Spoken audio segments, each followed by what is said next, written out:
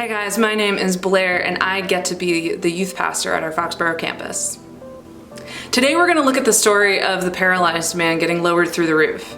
Now, if you've never heard that story before, basically Jesus is teaching inside of a home that is jam-packed full of people. So these four guys who are carrying this paralyzed man to Jesus to get healed couldn't make it through the crowd. So they went to the roof, they dug a hole, and they lowered the guy through the roof so that he could get healed by Jesus.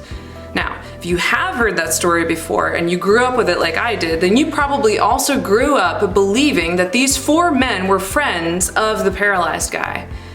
But I read through all three times the story is told in the books of Matthew, Mark, and Luke, and in no version of that story is anything mentioned about the relationship that these guys had with the paralyzed man or with one another.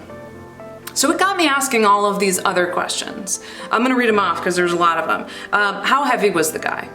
Did they have to carry him far? What did they carry him in? Where did they get the supplies to carry him? How crowded were the streets? Could they even make it down the streets? Were people yelling at them as they went down the street? Was it hot out? Were they in the sun for many hours? Did they get sunburned? How long did they try to get into the house and fight through the crowd before who came up with the idea to go to the top of the roof? How did they even get up there? How did they get the paralyzed man up there? Was he afraid of heights? Was he squirmy? Were there people yelling at them as they dug through the roof? Was there debris falling on them? If it was crowded enough that people couldn't let anyone in, was it crowded enough that people couldn't get out of the way of the falling debris? Did stuff fall on them? Was there someone trying to stop them from digging a hole through the roof? Were they trying to stop someone trying to stop them? And when it was all over, did they have to fix the roof? Did they have to pay for it? Did they have the money or the skills to do either? No wonder we've assumed all along that these four guys were friends of the paralyzed man. I mean, who would do that for a stranger? Now, this story is powerful whether they were friends or strangers, but I think there's a reason why the Bible doesn't define their relationship with one another. It's because it doesn't matter. What matters in this story is that these guys went out of their way to serve a man all so that he might encounter Jesus.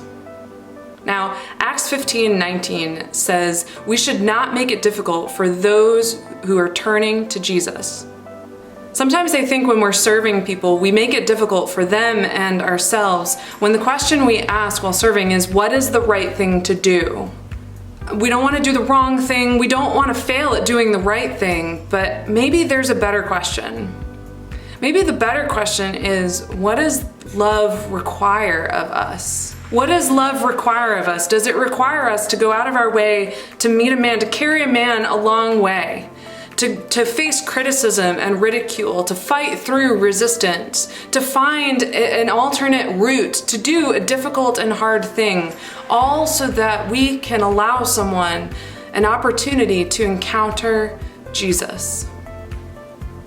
And how closely are we paying attention to the opportunities we have to serve someone in love? How closely were you paying attention to this video? Close enough to notice the 5 changes that were made in the background while I was talking?